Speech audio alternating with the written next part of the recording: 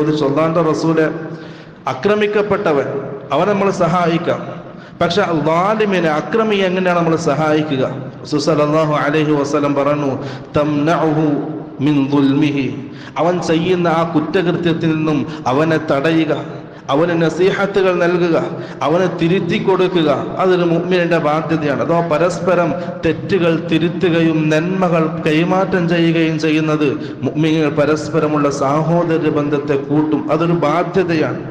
മറ്റുള്ള തെറ്റ് ചെയ്യുന്നത് കണ്ടാൽ തടയാൻ കഴിയണം. നമ്മുടെ സ്വന്തം മക്കള് തെറ്റ് ചെയ്യുന്നത് കണ്ടാൽ ഏതൊരു പിതാവിൻ്റെ മനസ്സും വേദനിക്കും. അതേപോലെ ആയിരിക്കണം മുഅ്മിനീങ്ങൾ തെറ്റ് ചെയ്യുന്നത് കണ്ടാൽ, മുഅ്മിനീങ്ങൾ ളലാലത്തിലേക്ക് പോകുന്നത് കണ്ടാൽ ഓരോ മുഅ്മിനിന്റെയും മനസ്സ് വേദനിക്കണം. അത് തിരുത്തി കൊടുക്കാൻ, നന്മ പറഞ്ഞു കൊടുക്കാൻ, ഹക്ക് ഏതാണെന്ന് ബോധ്യപ്പെടുത്തി കൊടുക്കാൻ അവന്റെ മനസ്സിന് സാധിക്കണം. അതാണ് മുഅ്മിനീങ്ങൾ പരസ്പരമുള്ള ബന്ധം. റസൂൽ സല്ലല്ലാഹു അലൈഹി വസല്ലം